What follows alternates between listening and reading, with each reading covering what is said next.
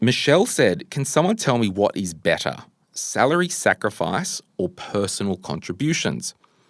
At the end of the financial year, does it make a difference tax-wise?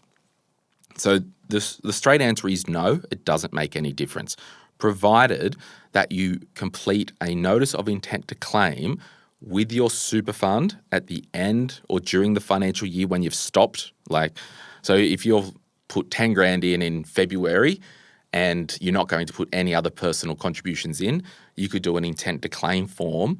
Tell the super fund, I intend to claim that $10,000 personal contribution on my tax. They'll take the 15% off or $1,500. Then when you do your tax return, you'll claim that $10,000 as an expense or it will come off your income.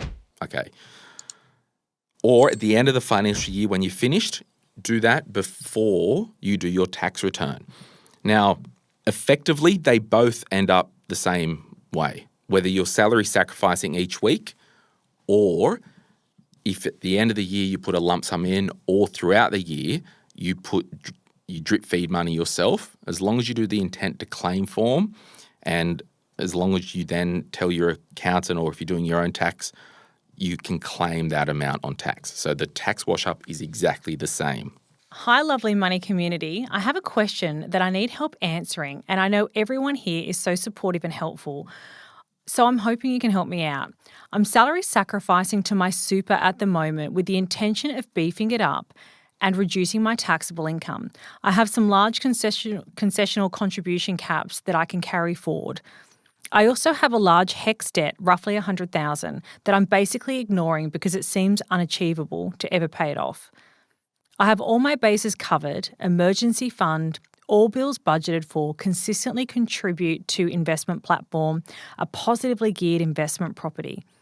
Further context, I live with my mum and pay minimal board. I don't have a property to live in yet. I'm trying to settle a discussion with someone regarding paying off HEX versus salary sacrificing to super. Which one is more financially beneficial? I've always thought it was best to not really worry about HEX, but now I'm spooked.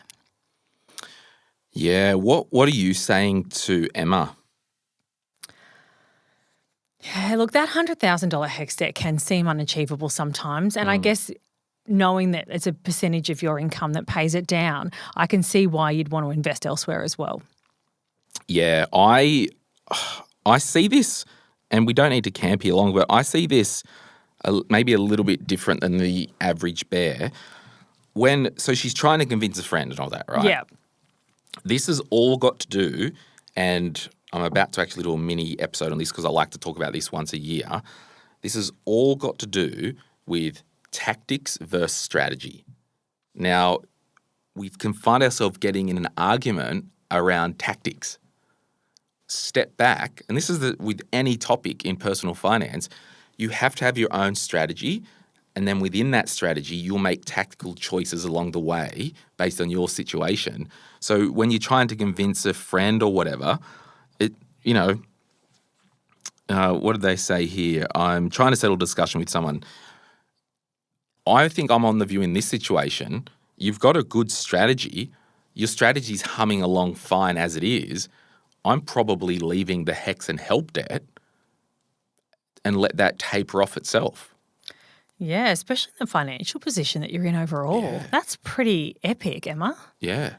So a couple of things, and this does tie into the first question from Michelle. If you do have, and regardless of what Emma ends up doing, I think I just want to park that. I'm probably, if I woke up in Emma's position, I'm probably keeping the help debt as it is, and that can just, hum along. When it comes to salary sacrifice and personal contribution, so if, Rach, you woke up and was like, I'm going to tell my employer that I'm going to salary sacrifice $200 a week into super, awesome, get on with my life. That is cool, but if you had HEX or help debt, there can be a bit of dickery and annoyance because your employer withholds less tax because they are only paying you based on what isn't going to super. And then at the end of the financial year, the additional contributions into super are called reportable superannuation contributions. Yeah. And they get back added to your tax return. So that's when you'll have a tax bill. Okay, I didn't know that. So your SG employer contributions, they are non-reportable superannuation contributions. Salary sacrifice are reportable. So if you want to make salary sacrifice contributions to superannuation and you have HECS or help debt, my personal view, unless you're really good with money and you can really stomach a tax bill at the end of the year, do it monthly from your own personal bank account. Then you'll get a tax return or a refund. You won't get the tax bill because your employer is withholding the right amount of tax. There's nothing worse than a tax bill. Nothing. Maybe some idiot in a Cobra. But what I would say as well, similarly, if I'm self-employed, I would look at, in June, making the call of how much to put into super as a personal contribution. Just because, you might have different cash flow issues or throughout the year. And likewise, Michelle, you might have a mortgage with an offset account. There's no harm in accruing money on the offset, and at the end of the year in June, make a judgment call. Yeah, we're going to put 10 grand into super, claim it on tax. Throughout the year, you've paid less interest out of super, blah, blah, blah, yada, yada, yada. So there you have it. Any final comments on that before we start the show? Yeah, it can be so hard to part with your money today to put into super. And I have that meeting with my accountant every June where we sit down and I get told to put some money in super, and this is what it would look like in super, and this is what it would look like if you hold it out. And it's hard for me to part with it because I know how long it is, but I do know that I'm not going to regret it when I'm 60. One of my mantras is you've got to do the you of a favour. Sorry, I'm having a stroke, guys.